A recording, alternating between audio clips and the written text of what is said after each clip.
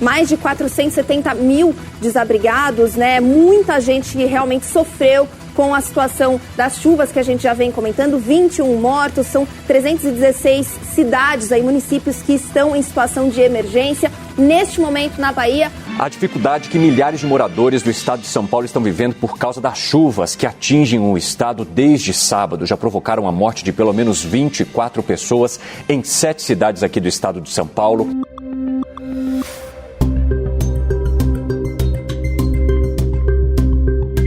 Essas notícias ilustram apenas um pouco do panorama do Brasil no último mês, o primeiro de 2022. O excesso de chuvas que causou enchentes e deslizamentos de terra iniciou ainda em dezembro do ano passado. Os estados mais afetados até agora foram Bahia e Minas Gerais. O governo do estado da Bahia decretou situação de emergência em 165 municípios no dia 8 de janeiro. Mais de 850 mil pessoas foram afetadas pela chuva. Os municípios mais afetados estão na região sul, extremo sul, Chapada Diamantina e sudoeste. Ao todo, já são mais de 470 mil pessoas afetadas de alguma forma pelas chuvas. O número de mortos também aumentou. Atualmente, são 20 vítimas. Segundo o governador Rui Costa, em entrevista ao Bora Brasil, as enchentes podem ser consideradas o maior desastre da história da Bahia. As mesmas chuvas recuaram para o sul e se concentraram no estado de Minas, onde também houve enchentes e deslizamentos. Cerca de 370 municípios declararam estado de emergência e mais de 6 mil pessoas ficaram desabrigadas. E as chuvas em Minas Gerais voltaram a acender o alerta para o risco de rompimento de barragens. Em Pará de Minas, perto de Belo Horizonte, moradores tiveram que sair de casa às pressas. Durante o ocorrido, o presidente Jair Bolsonaro foi criticado porque estava de férias em Santa Catarina. Mesmo com os registros de mortes e o agravamento da situação, o presidente continuou viajando com direito a passeios de moto aquática e pescarias.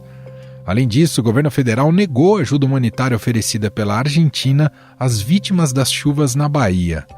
A Argentina é governada por Alberto Fernandes, aliado do ex-presidente Lula. Em sua justificativa, Bolsonaro afirmou que as Forças Armadas brasileiras já faziam o serviço oferecido.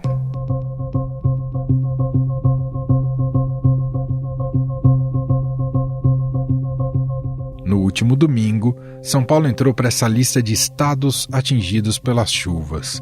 Foram 24 mortes confirmadas até agora em 8 municípios paulistas e cerca de 1.546 famílias desalojadas ou desabrigadas. Os temporais do fim de semana levaram a cidade de São Paulo a superar a média histórica de chuvas esperadas para todo o mês de janeiro. Foram 284 milímetros até a tarde de domingo. E a chuva não para, chovendo intensamente. Mano do céu, é a primeira vez que eu vejo o nível chegar aonde chegou hoje. Após sobrevoar as áreas atingidas nesta terça-feira, o presidente Jair Bolsonaro disse que faltou visão de futuro para as pessoas que construíram suas casas nos locais dos deslizamentos. A visão é algo que nos marca. Muitas áreas onde foram construídas residências, faltou, obviamente, alguma visão por parte de quem construiu de futuro, bem como por necessidade também as pessoas fazem nessas áreas de risco. Obviamente, os prefeitos, nós conversamos agora, alguns já tomaram providência, apresentam as suas necessidades e nós aqui faremos todo o possível para atendê-los. Segundo o Instituto Nacional de Meteorologia, as chuvas foram causadas pela zona de convergência do Atlântico Sul, somadas a um ciclone subtropical, o que provocou as primeiras enchentes e deslizamentos de terra na Bahia. Especialistas em meteorologia apontam que a alta intensidade de chuvas pode também estar associada ao Laninha, à depressão subtropical e ao aquecimento global. Quem nos explica mais sobre este fenômeno aqui ao podcast é Josélia Pegorim, meteorologista da Clima Tempo. O verão 21-22, ele é sob a influência do fenômeno Laninha. O Laninha, que é, na verdade, o resfriamento das águas lá no Oceano Pacífico Equatorial, lá na costa do Peru, ele dá uma espécie assim, de uma intensificada, uma facilitada na formação dessa zona de convergência do Atlântico Sul aqui em cima do Brasil. Aí você tem outros adendos, né? Que é assim, como é que está funcionando a temperatura no Atlântico Sul? A gente nunca pode esquecer que o Brasil é banhado pelo Atlântico Sul. Então, a temperatura do Atlântico Sul, então como é que está esse jogo com as águas do Atlântico Sul é fundamental para a gente fazer a previsão do clima em cima do Brasil. A meteorologista Josélia Pegorim também aponta que as chuvas não são as únicas responsáveis pelo desastre. Os desmoronamentos e as enchentes demonstram a falta de estrutura e investimento na contenção deste tipo de tragédia. Hoje, assim, esses modelos que simulam a atmosfera, eles já estão bastante requintados e cada vez melhores, então eles dão uma segurança para o meteorologista cada vez maior. E aí você pega a sua experiência, então assim, nós vimos essa possibilidade, estou falando da equipe da Climatempo, mas não só eu, a Defesa Civil de São Paulo certamente também viu, e outros locais, outros institutos também, assim, a gente consegue visualizar isso com uma boa margem de acerto uns 15 dias antes. Nossa. Talvez até antes, assim, como previsão climática, que você está falando com meses de antecedência, a gente pode às vezes inferir, olha, tem chance de nós termos formação de zona de convergência do Atlântico Sul, nessa época. Então mas aí você está ainda com uma margem de incerteza meio grande, mas com 15 dias de antecedência, a precisão é bastante grande, né? Mas quando você tem, por exemplo, um desastre de avião, por exemplo, né? Ou esses desastres, essas catástrofes climáticas como a gente tem aqui, não só aqui, nunca é culpa só da chuva, nunca é culpa só do problema climático.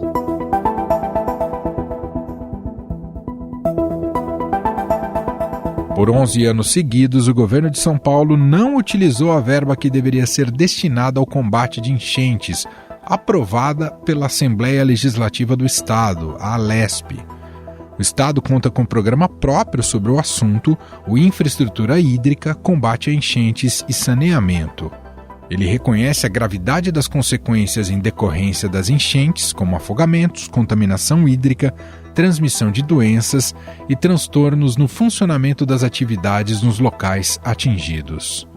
Ainda no domingo, o governador de São Paulo, João Dória, sobrevoou áreas atingidas e anunciou a liberação de 15 milhões de reais para as prefeituras dos 10 municípios mais afetados. As chuvas atingiram fortemente 10 cidades aqui do interior do estado de São Paulo, com mais intensidade e com desalojados e, em alguns casos, infelizmente, com vítimas. Essas 10 cidades foram as que mais sofreram por consequência das intensas chuvas que se abateram nessa madrugada e nessa manhã aqui no estado de São Paulo.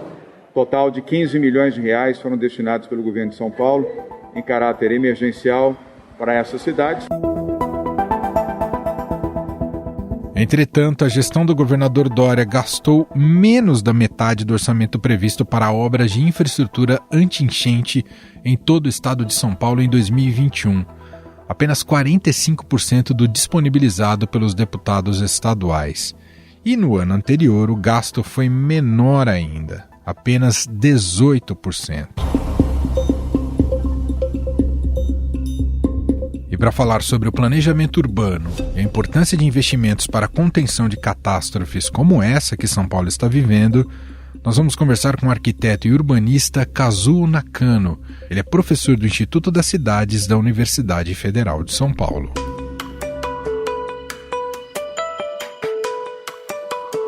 Olá, Kazuo, seja muito bem-vindo. Obrigado por ter aceito aqui ao nosso convite. Oi, Emanuel. Obrigado a vocês por me convidarem. Prazer estar aqui com vocês. Kazuo, você deve estar hiper acostumado, infelizmente, não é? Todo ano a história se repete, né? Essas chuvas sazonais que levam a tragédias em várias regiões do país, especialmente no entorno das grandes metrópoles. Queria te ouvir inicialmente, Cazu, se esse é um problema de habitação em grande medida. Antes de mais nada, isso que você acabou de falar é bem verdade, é uma tragédia anunciada que está se tornando cada vez mais trágica, conforme o tempo passa, conforme os eventos extremos decorrentes da mudança climática acontecem e impactam de uma maneira cada vez mais grave e profunda. E isso acontece não só no entorno das grandes metrópoles, mas dentro das grandes metrópoles também, né? Afetando bairros, os bens das pessoas, a vida das pessoas. E é um problema de habitação, mas como todo problema de habitação, numa grande cidade, como a gente tem aqui em São Paulo, em outras partes do Brasil, é um problema de terra, é um problema de chão, porque o problema habitacional, ele se baseia, em primeiro lugar, no acesso a uma boa terra, a uma terra adequada, bem localizada, bem provida de infraestrutura, de equipamentos urbanos, uma terra segura, uma terra que não expõe as pessoas a riscos, a perigos, a ameaças. Isso é a base da questão habitacional no Brasil, principalmente em áreas urbanas. E há terra para todos, para essa quantidade de gente que cada vez mais se concentra em torno de polos econômicos, como a cidade de São Paulo, Cazu? Do ponto de vista da oferta, é possível que a gente possa urbanizar terras de uma maneira adequada, as terras que podem ser urbanizadas e podem ser ocupadas. A gente tem tecnologia, a gente tem recursos, estou falando mais como sociedade, como país, para prover terras para a sociedade como um todo, de uma maneira adequada, ordenada, segura. O problema é que o acesso à terra é que não está bem distribuído, que não é para todos. Então, a gente tem condições de produzir terra urbana adequada, bem localizada para todos, mas a gente não tem canais de distribuição dessas terras. Por quê? Porque a produção dessa terra urbanizada para moradia, ela segue a lógica do mercado. Quem provê terra urbana no Brasil não é o poder público, é o loteador, e é o loteador que opera no mercado formal, no mercado legal, e é o loteador que opera no mercado informal, no mercado que não segue os parâmetros da lei. Mas também esse mercado informal, ele opera com outras formas de acesso à terra que não por meio do loteamento irregular ou loteamento clandestino, que são as ocupações irregulares de terra, né, que dão origem às favelas, e ocupações irregulares que decorrem da necessidade dessas pessoas, dessas famílias de baixa renda, que não conseguem acessar via mercado formal a terra adequada e bem localizada, então eles têm que buscar alternativas de moradia na terra inadequada, na terra precária, na terra periférica, na terra distante dos empregos, dos comércios, dos serviços, e essas terras estão nesses loteamentos irregulares, clandestinos, nessas ocupações irregulares. Então, a gente precisa não só pensar na produção e provisão de terra urbanizada, mas a gente precisa pensar em canais acessíveis para a população de baixa renda acessar essas terras. E aí é só política pública, investimento público, ação pública.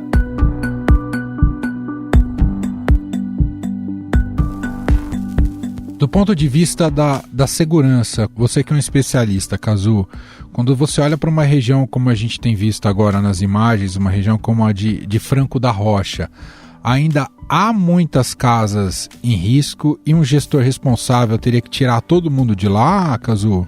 Então, há riscos, porque a gente não tem, nas últimas décadas, uma política pública nacional de redução de riscos urbanos. Então, esses riscos foram sendo construídos por meio dessa ocupação de terras perigosas, né, de terras sujeitas a deslizamentos, a inundações.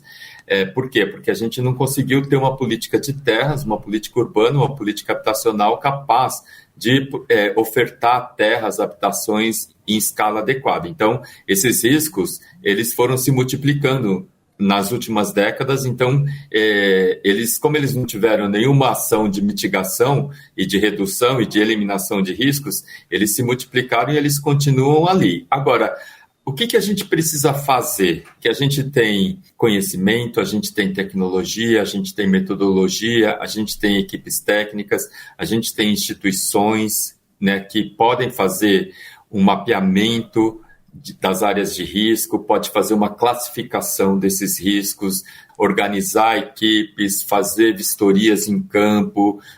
Agora, o que falta? Falta a gente atualizar tudo isso, manter isso como uma ação contínua e transformar esses estudos, esses mapeamentos, essas informações em política pública, política de proteção urbana, política de segurança urbana para os moradores das periferias, principalmente da classe trabalhadora de baixa renda. Transformar isso, fazer obras para reduzir riscos, contenção de encostas.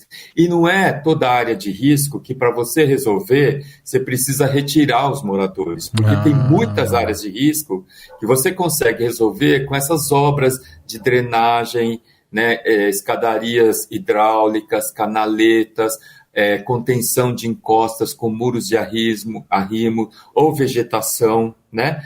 Você consegue eliminar o risco e criar proteção e segurança para as pessoas continuarem morando lá. Esse ponto é muito importante que você ressalta, Cazu, porque o que me assusta é justamente isso. Com antecedência se avisou, se noticiou, se informou que viria um volume de chuvas gigantesco aqui na região de São Paulo, do estado de São Paulo, nesse último fim de semana. E o que é assustador é a incapacidade de prevenir mortes antes do... Fica parecendo que está todo mundo à própria sorte. Vamos ver onde vai deslizar. Não te passa essa sensação de fragilidade, Cazu? Total, isso é permanente, Manuel. Essa falta de uma cultura preventiva, de uma cultura permanente, contínua de planejamento e de transformar os estudos em ação, transformar as ações em investimentos, isso a gente não tem no poder público brasileiro, né? A gente tem visto recorrentemente o poder público atuar mais na lógica da emergência, do improviso, do que numa lógica consistente de prevenção, de planejamento prévio. A gente vê isso em várias áreas, em vários setores, né? E os setores que tinha isso, né, construiu isso nos últimos 30 anos a duras penas, está desmontando. A gente vê isso na saúde, a gente vê isso na educação. E a pandemia foi um grande exemplo de que a gente não teve capacidade coletiva, pública, social, de construir uma grande estratégia prévia de planejamento, de prevenção para enfrentar isso, né? Essas tragédias anunciadas recorrentes de inundação, deslizamento de morro, deslizamento de rocha e tudo mais, isso acontece repetidamente justamente porque a gente não aprende com as ocorrências que a gente sofre, sabe? Uhum. Acontecem as tragédias e a gente não aprende, não extrai aprendizagens preventivas. A gente fica sempre operando na lógica do atendimento a emergências e no improviso. Então, chegou a hora, não dá para a gente escamotear mais isso, sabe, Emanuel? Então, ou a gente resolve crescer, né, como sociedade, como país, e lidar com os reais problemas coletivos, ou a gente vai ficar chorando, aprendendo e desaprendendo a cada tragédia que a gente enfrentar.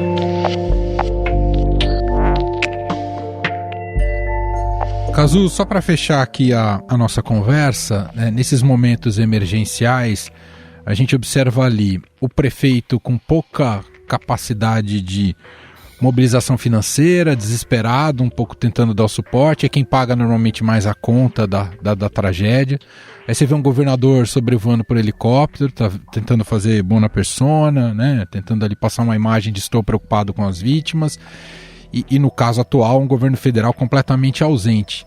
Eu citei esses 3 casos, essas figuras, né, essas imagens, só para te perguntar, do ponto de vista da gestão pública, nesse problema específico, né, da moradia em locais irregulares, não há outra saída que não passe por uma articulação que envolva os 3 níveis de gestão pública. É isso, não é, Cazu? Perfeito, Emanuel. Principalmente em áreas metropolitanas, que congrega, né, vários municípios numa cidade completamente conurbada, né, quer dizer, com as manchas urbanas já coladas umas nas outras, com um funcionamento cotidiano ali muito intenso, intermunicipal. Então, num contexto metropolitano, é muito mais necessário fazer essa articulação entre União, governos estaduais e municípios. É claro que nas cidades médias, né, e em outras regiões com cidades menores, também é importante fazer essa articulação. Agora, aqui na região metropolitana de São Paulo, ao mesmo tempo em que a gente vê todos esses problemas que a gente está discutindo aqui, o que aconteceu? A empresa metropolitana de planejamento foi extinta aqui na região metropolitana de São Paulo, que era um órgão do governo do estado que era responsável para fazer os estudos, os mapeamentos e construir os planos metropolitanos, né? E o governo estadual, que era quem deveria apoiar, fortalecer os municípios e articular os municípios uns com os outros para enfrentar esse problema que é de escala regional, ele não faz isso também, porque a gente perdeu há décadas a lógica de uma política, de um planejamento, de um governo regional, principalmente metropolitano. Não existe uma instância de governança metropolitana que faça gestão desses problemas estruturais que afetam vários municípios, né, e milhões de pessoas. Isso não só em São Paulo, mas no Brasil inteiro, porque essa instância metropolitana ela foi meio que abandonada. As discussões que a gente vinha fazendo há uns 10 anos atrás para construir isso, foi simplesmente abandonado. O Estatuto da Metrópole está esquecido, o Estatuto da Cidade não foi fortalecido durante esse tempo todo. Essa Política Nacional de Desenvolvimento Urbano era a política que deveria integrar a Política Nacional de Habitação, de Mobilidade Urbana, de Saneamento Ambiental, de Ordenamento Territorial, que iria organizar o território, reduzir áreas de risco, sabe? Essa integração que deve acontecer nesses elementos estruturais e estruturantes do espaço urbano, isso foi completamente desmontado com a extinção do Ministério das Cidades. Infelizmente. Bom, ouvimos aqui o arquiteto e urbanista Kazuo Nakano, ele é professor do Instituto das Cidades da Universidade Federal de São Paulo, gentilmente aqui atendendo a nossa reportagem. Muito obrigado pela entrevista, Kazuo. Obrigado, Emanuel, foi um prazer conversar com vocês. Estadão Notícias. E este foi o Estadão Notícias de hoje, 2 de fevereiro de 2022. A apresentação foi minha, Emanuel Bonfim. Na produção, edição e roteiro, Jefferson Perleberg, Júlia Corá e Gabriela Forte. A montagem é de Moacir Biasi. Escreva pra gente no e-mail podcast@estadão.com. Um abraço pra você e até mais.